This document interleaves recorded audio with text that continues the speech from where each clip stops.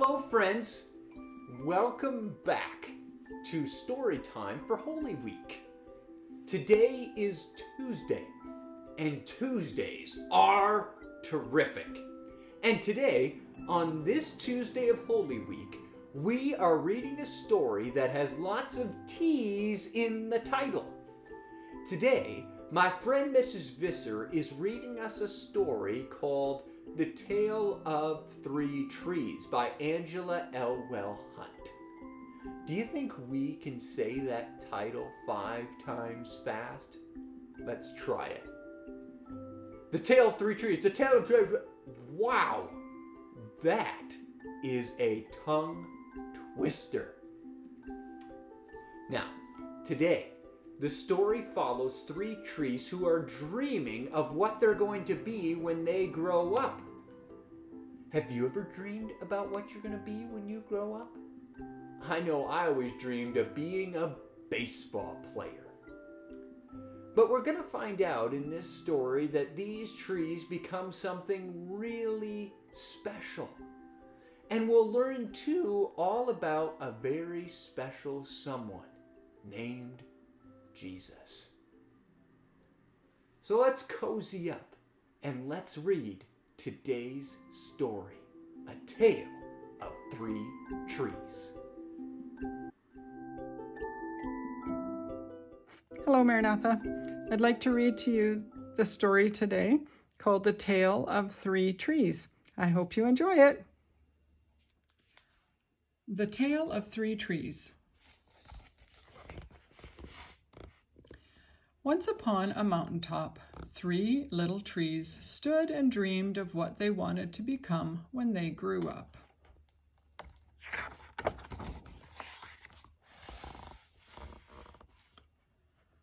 The first little tree looked up at the stars, twinkling like diamonds above him. "I want to hold treasure," he said. "I want to be covered with gold and filled with precious stones. I will be the most beautiful treasure chest in the world."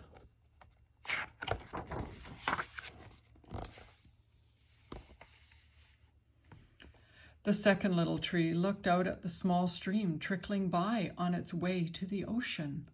"I want to be a strong sailing ship," he said. "I want to travel mighty waters and carry powerful kings. I will be the strongest ship in the world." The third little tree looked down into the valley below, where busy men and women worked in a busy town. "I don't want to leave this mountaintop at all," she said. "I want to grow so tall that when people stop to look at me, they will raise their eyes to heaven and think of God. I will be the tallest tree in the world."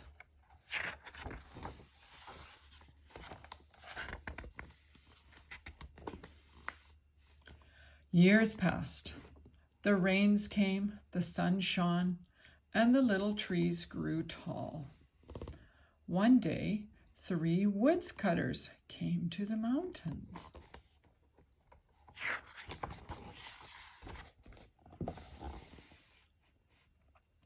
The first woodcutter looked at the first tree and said, "This tree is beautiful. It is perfect for me."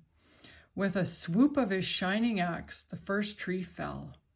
"Now I shall be made into a beautiful chest," thought the first tree. "I shall hold wonderful treasure." The second woodcutter looked at the second tree and said, "This tree is strong. It is perfect for me." With a swoop of his shining axe, the second tree fell. "Now I shall sail mighty waters," thought the second tree. "I shall be a strong ship fit for kings." The third tree felt her heart sink when the last woodcutter looked at her. She stood straight and tall and pointed bravely to heaven. But the woodcutter never even looked up. "Any kind of tree will do for me," he muttered. With a swoop of his shining axe, the third tree fell.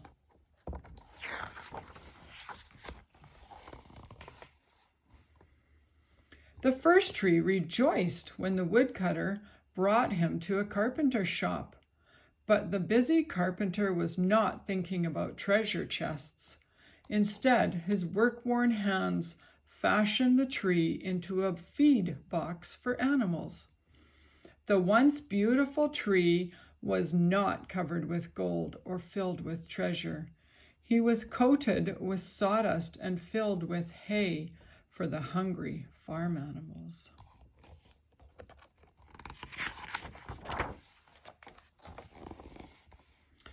The second tree smiled when the woodcutter took him to a shipyard, but no mighty sailing ships were being made that day. Instead, the once strong tree was hammered and sawed into a simple fishing boat. Too small and too weak to sail an ocean or even a river, he was taken to a little lake. Every day he brought in loads of dead, smelly fish.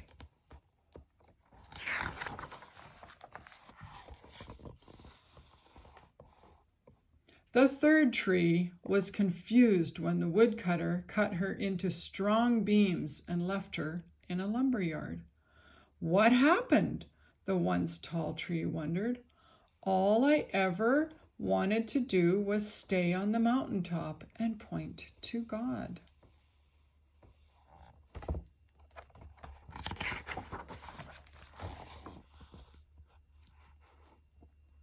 Many, many days and nights passed. The three trees nearly forgot their dreams. But one night, golden starlight poured over the first tree as a young woman placed her newborn baby in a feed box. I wish I could make a cradle for him, her husband whispered. The mother squeezed his hand and smiled as the starlight shone on the smooth, sturdy wood. This manger is beautiful, she said, and suddenly the first tree knew he was holding the greatest treasure in the world.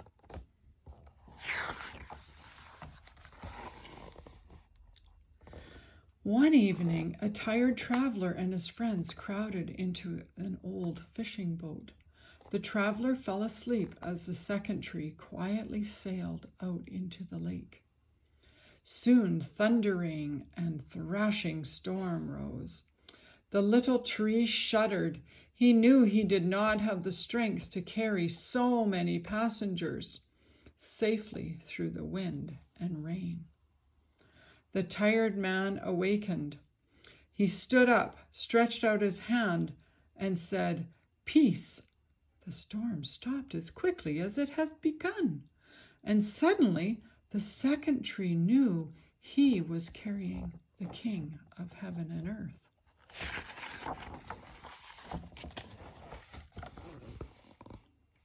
One Friday morning, the third tree was startled when her beams were yanked from the forgotten woodpile. She flinched as she was carried through an angry, jeering crowd. She shuddered when soldiers nailed a man's hands to her.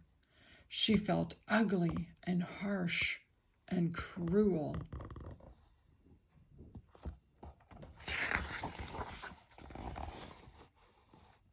But on Sunday morning, when the sun rose and the earth trembled with joy beneath her, the third tree knew that God's love had changed everything. It had made the first tree beautiful. It had made the second tree strong. And every time people thought of the third tree, they would think of God. That was better than being the tallest tree in the world.